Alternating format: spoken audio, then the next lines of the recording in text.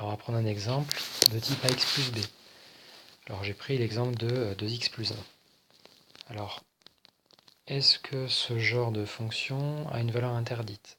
Alors là, on est dans la famille de type ax plus b représentée par des droites. Pour chaque x que vous allez prendre et que vous allez placer en fait dans cette expression algébrique, vous aurez forcément un chiffre qui va sortir. C'est obligatoire. Autrement dit, ça veut dire que cette fonction elle est définie sur R entier. Pas de valeur interdite. 2. On va aller regarder normalement quand est-ce que cette fonction en fait s'annule, c'est-à-dire quand est-ce qu'elle n'a pas de signe. Elle n'a pas de signe lorsque 2x plus 1 est égal à 0. Et du coup, lorsque x est égal à moins 1 demi.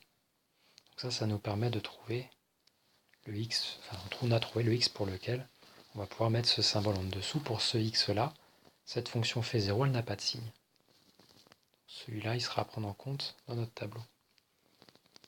Ensuite, pour trouver le signe, alors là ici, il est question d'être avec une famille de fonctions où on connaît déjà les résultats. On sait que si a est supérieur à 0, et en fait on a affaire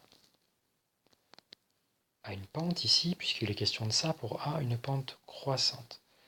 Donc ça veut dire qu'on va aller des valeurs négatives vers des valeurs positives. Si a est inférieur à 0, vous voyez bien que c'est l'inverse. Donc du coup, pour notre tableau, eh bien, on va mettre donc le domaine de définition, en général défini en 1. Ici c'est R. On va mettre la valeur qu'on vient de trouver, moins 1,5. On va mettre immédiatement le fait que ça s'annule. Ici on va mettre le signe de notre fonction. Et enfin en étape 3, on a trouvé que c'était l'alternance moins plus. Toutes les fonctions de ce type-là, ax plus b, peuvent se résoudre de cette façon.